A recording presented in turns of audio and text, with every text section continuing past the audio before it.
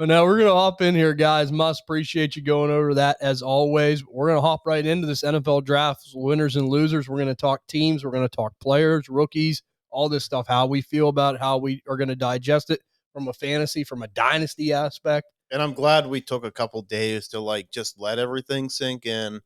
Just, because sometimes your first reactions, you panic, you know. Yeah. You overlook things. So we kind of had a couple days to digest this, just look at it. And I think it's the right call. Absolutely. We're going to start in the NFC North. We're going to start right at the top. The number one pick, the Chicago Bears, bringing in Caleb Williams. This offense is going to look totally different. Also bringing Rome Odunze. Yeah. How do you guys feel? I think the Bears are definitely a winner here. They definitely are headed and trending in that right direction. They've never had a 4,000-yard passer. But how do you guys feel about Chicago, this offense? And I want to know how you feel about Caleb and Rome coming in and what you can expect from them. How do you guys feel about it? I feel great. I feel great. This is such a good spot for Caleb. And I mentioned before, man, when you're the 1-1, you don't usually get blessed with these weapons. And they blessed him again by taking a Odunze at 9. So I could see Caleb having, like I've said before, the CJ Stroud type year one season. I really can. He's my 1-1. I love Marvin Harrison. We'll get to Marvin Harrison, but dude, he's so good. And I love this for a Odunze. Can you get a Odunze cheaper? In the drafts I've been in, he hasn't really fell past 6 or 7. Yeah, I was gonna say 7. I think 6 or 7 is usually a sweet spot. Be patient with him. I do think he's a better prospect than JSN because I know that's kind of been brought up, but he might not really produce year one unless somebody gets hurt. As far as DJ Moore, I still think DJ Moore is okay. If he does take over that wide receiver 1 position, and he absolutely could, I think it's 2 or 3 more years. So if there's any kind of value you can get on with the Odunze, just be patient, man. He's going to be a great player. I love this match. Yeah, me too, man. I really like it a lot. And that's it. You hit it on the head. It's patience, right? With the Odunze. I think you're going to have to be a little bit patient because, you come into and you're stepping into an offense that already has Keenan Allen and DJ Moore. Mm-hmm. That's a lot to ask out of a rookie. And I thought it was kind of, I don't want to say surprising because we've seen a Odunze in a lot of mock drafts that go on there at 9. I think it was pick 9 or whatever. Really surprised he didn't trade out or even take a lineman. It kind of shows you how much confidence they have in a Odunze as well, and how they just want to try to get as many weapons around Caleb, as possible. So I want to ask you guys this right now, gut feeling. I'll ask you all this. I'm going to start with Musk. Caleb Williams, how high does he finish next year? What are you expecting? I'm going to say quarterback 8. Quarterback 8. Ty, how do you feel? I think he'll finish in the top 7. I think he'll right around that echelon. I'd say probably if you want me to give a definitive answer, I'll probably say 6. 6. I'm gonna be a little lower. I'm gonna be a little lower. I think he's gonna finish right around 13. Okay. And I don't have a problem with it because I love this offense. I think Caleb's a special talent, but everyone grows differently. And you got to think though, this division is a tough division. Yeah. And it's going to be a hard first year, but even if you finish that high and you're putting up points, there's nothing wrong with that. I'd be still happy with that, but I think he finishes just outside. Which can you imagine his value if he does finish 6 or 7? Because Stroud was now Stroud also missed a couple games. He's 13, and then look at the demand, right. So if he does finish around there, and I'm kind of right in the middle with you guys. I'm going to say right around 9 or 10, just because he is a rookie. We got to see, because Keenan Allen, this is a whole new situation for him. Obviously, he has a lot of experience, so, probably ain't nothing. He'll probably be just fine, but this guy's got to get a little bit of chemistry going, and it might take a couple weeks. And Chicago has a great defense, so some of these games, they might not be as high scoring or, having to throw the ball as much. So. Yeah, that's a good point. So, and the last thing I want to ask you guys before we move off Chicago, how do you feel out of the 3 wide receivers, if everybody's healthy, who do you think is going to be the most productive out of the 3? Keenan Allen, DJ Moore, Rome Odunze, Moss. Who do you feel? Probably DJ Moore. Ty? DJ Moore. Yeah. I'm going to say Keenan Allen. I know it's close. One reason why is because Caleb Williams has a connection with him. Like the Chargers, USC. I guess they were kind of, I don't know, like they've kind of met before. I don't know. I just have a feeling Keenan Allen's a catch machine. Yeah, if he he's is. healthy. So I'm kind of leaning Keenan Allen. I think maybe, but what do you think, Ian? Oh, man, that's tough. I mean, this is a pure guess. Like I don't have anything to back it up, but I'd probably say Keenan Allen, and specifically why for me is just his route running ability. And you got to remember, DJ Moore was a big advocate of keeping Justin Fields, like a big advocate. Right. They play so different though. DJ Moore he's such a yak guy. Yeah. So I could see him being, more productive. Like I can kind of see both sides of it here, but I think it's safe to say that Rome Odunze is probably the odd man out for this year. Barring an injury. Yep.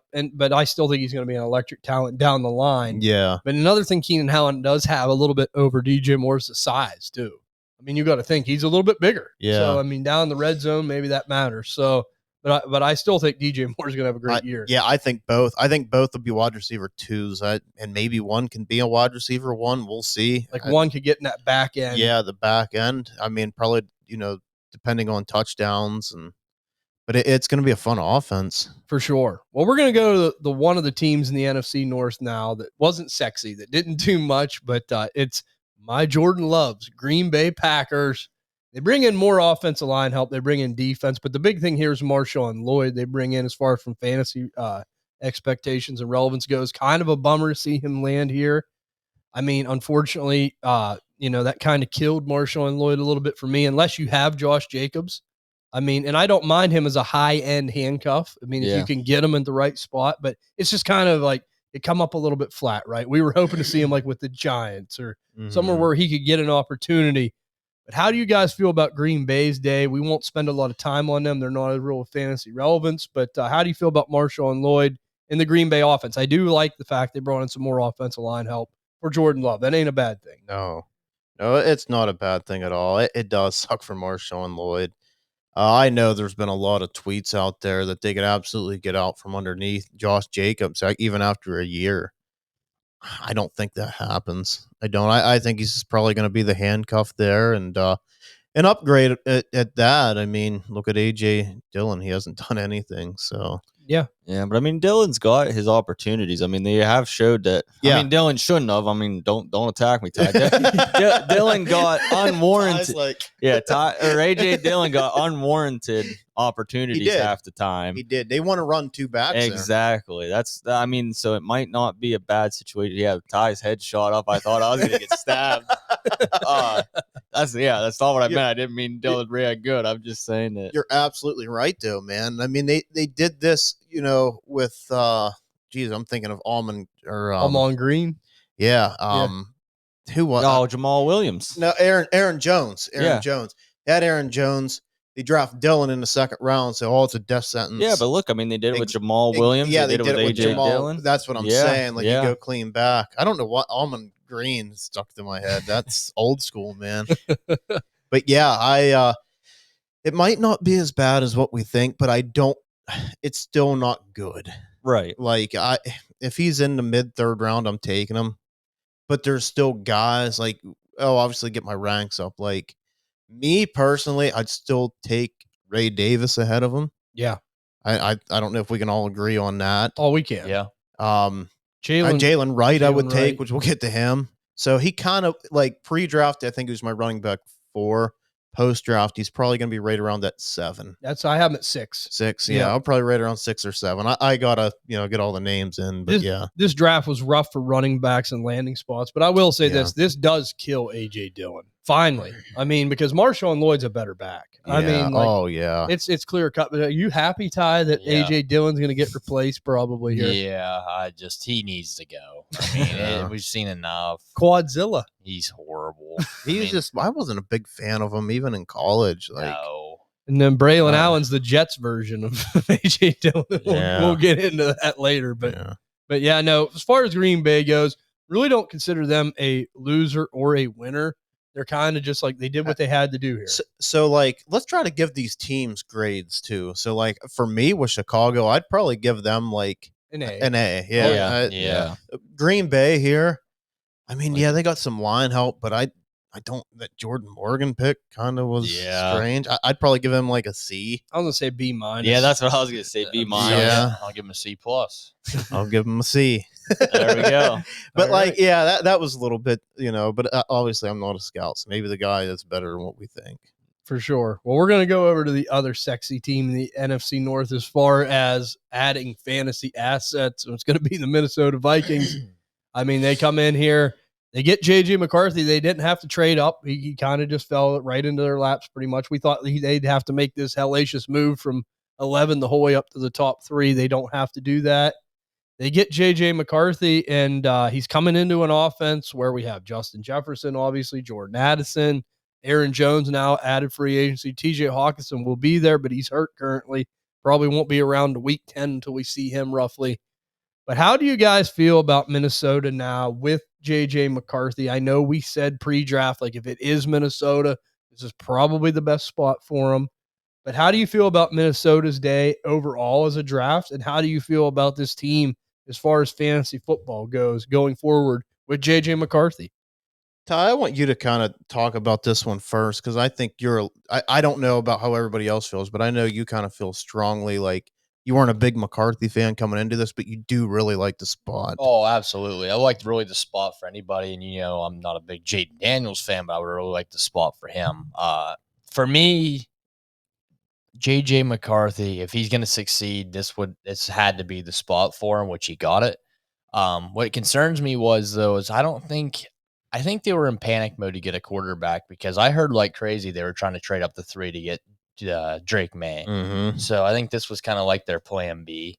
Mm-hmm. I don't think they were like overly excited about it. I just think that they are trying to please Justin Jefferson and get him a quarterback, honestly. Mm-hmm. So I do too. I don't think he's a scrub by any means, they're thinking, but I don't think this is the guy they really wanted. It's just more keeping JJ happy. But he needed to go here to be successful. But the thing that scares me about JJ McCarthy is he's a guy that I don't think has ever had to get the ball.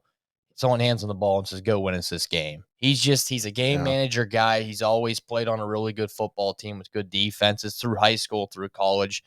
Now in the NFL, he's going to have to win games on his own, and I just don't know if he can do that. I 100% agree, and that's why I think Minnesota, like for fantasy, could be a good spot, but it might be bad for McCarthy.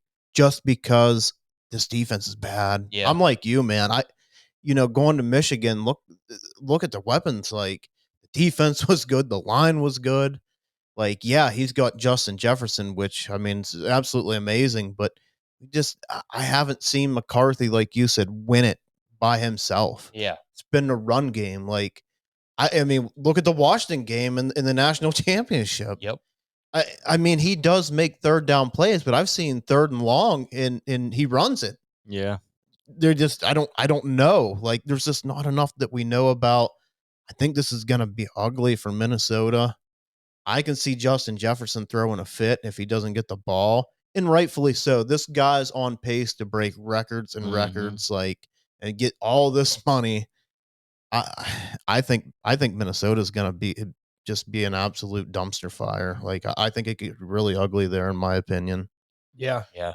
I agree, man. It could definitely get ugly. And my thing is, like, what do we think with Sam Darnold? Like, he's going to play instantly. Do you agree with that? I mean, I think he should, but it's a little bit scary, because if Sam Darnold does, like, say, beat him out, dude, that ain't good. Like, we know what Sam Darnold is. Like, I don't know, man. I'm a little bit worried. Like, I do think this is a good spot, like I said, for fantasy, but this could really blow up in his face, because I am very worried just about the whole team structure. And I think the key is, like, can JJ McCarthy, I don't ever see him being elite. Like, I think, can you be like, I think he's Brock Purdy, but like Brock Purdy's surrounded by a good defense, right? A good coach. And I think Kevin O'Connell's a great coach, right? But a hard offense to learn as well. Yeah, that's what they said. Yeah, a hard offense to learn. Could you put yourself, though, like, I think your best case, JJ McCarthy, if you draft him, can he put himself like in the Jared Goff tier? Like, I think that's as high as he'll ever get. Yeah, man. And he's getting taken over Drake May in drafts in a minute, and I just can't do that. Like, I mean, I'm not, always Drake May is my third, but, like, there's a clear tier for me with Drake May and JJ McCarthy, like personally, and a very big tier. So like I would almost rather just gamble getting a Penix later than overdrafting a McCarthy in the top 5. Like, yeah. So, okay, last question I'm going to ask about JJ McCarthy. I'll ask you all highest he'll ever finish in Dynasty Fantasy Football quarterback rankings. And I'm going to start with Moss. Moss, like, what's the ceiling? What do you think? 14.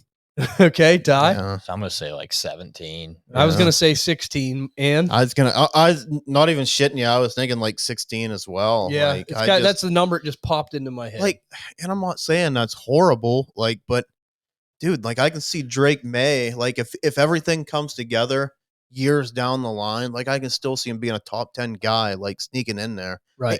He could also bust. So could Jaden Daniels. But like, there's a clear tier where these upside. Same thing with Michael Penix. Like, I'm not the biggest Michael Penix fan. We'll get to that. It was a bad pick, but the dude can throw a deep ball and he has weapons around him. Absolutely does. Absolutely does. And then the overall draft grade for Minnesota, I did like the Dallas Turner pick. Yeah, they got a steal on him there. They did, but how do you guys feel about their overall draft grade?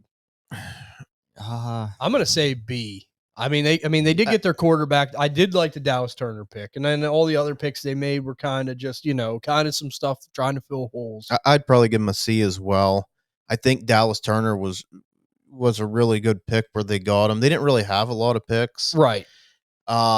I'm like Ty though. I don't think McCarthy was plan A. I think it was plan B. Yeah, I'm with you. And I think they kind of settled for something to make somebody happy. Yep. Justin Jefferson, And whoever. New England wasn't coming off Drake May. No. I think they were stuck. Really stuck on there. So like, to me, like I said, I'd go into the Atlanta pick. I don't agree with it, but hey, good for them. They got their guy, I guess. I mean, you got to go up and get your guy, and I think Drake May there would have made a lot more sense. Mm-hmm. Yep. Right. So, Ty, Moss, how do you feel about Vikings grade?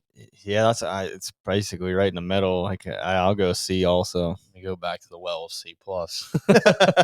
See, Minnesota, you got it. Everyone in Minnesota, I gave you guys a B. I mean, at least be my fan. Come over to me. I like Dallas. I like Dallas, but like the big thing with him is like, besides Will Anderson, a lot of these Alabama edge rushers have been a bit disappointing. That is true. Yeah, that is true. But we're going to go over to the last team in the NFC North. There isn't much to talk about. All I got to say is Dan Campbell. The Detroit Lions, this was the most Dan Campbell draft ever. The one thing I will say is not a lot of fantasy relevance here, but he did take a running back and a safety in the 4th round. Did you guys see this? Who did they take it running back? It was Sion Vacchi. He's from Utah. He plays on I'm not even kidding you. He plays on both sides of the ball. He's a safety and a running back. That's a great special teams guy. I said that is a Dan Campbell pick. But I will say this, man. Outside of that, there's really not fantasy relevance there, but there's really no fantasy relevance. This was all defense. But Dan couldn't help himself. He had to get someone that plays running back in this draft. And last thing I'll say, they all wore the Dan Campbell jerseys. Did you guys see that? The black and blue? Yeah. I'm like, that is badass. That's awesome. I liked his last pick, that guard from Boston College. He's a mammoth. He's like 6'9" or something. He's a big boy. Yeah, Christian Mahogany. Yeah. Yeah. So as soon as they drafted him, I was like, yep, that is a Dan Campbell pick. Ride the lightning. But yeah, I mean, let's just talk about the Lions overall grade. I think that they did what they needed to do. They got all the skill positions pretty much in place on their team. Yeah. Mm-hmm. As far as an NFL perspective, I just give them a B. They got what they needed, tried to get, and they really went corner quite a bit early, and they needed that. Terrion Arnold, I think, was a good pick. They really struggled in the secondary, so I really, really like that pick. And I believe they traded up for him, too. I think they traded up. I can't remember. But either way, I know they drafted a couple corners. I thought that was a nice pick. And, yeah, man, I'd probably give them a B. They definitely needed some defense. So, last year they kind of surprised us with Gibbs, even Laporta going high, and obviously it paid off. But, like, they kind of zig where everybody else zags. Like, it's a very offensive-heavy draft, so they ended up finding a little bit of value here on defense later on. I agree. And goes B, you guys. What are you going for Dan Campbell and the boys? Yeah, I mean, I think they did what they needed to do. I mean, their defense was obviously struggling. It wasn't wasn't an offensive problem. So I think they did what they needed to do. I'll actually go like A-. Like, all right. You really a lot of love for Dan there. I'll have to agree with you, Moss. I'm going to go with an A- too. They filled the biggest gap they needed in corner. Their first 2 picks, they go corner. So So from a straight NFL perspective, they're a winner. Yeah. Oh, yeah.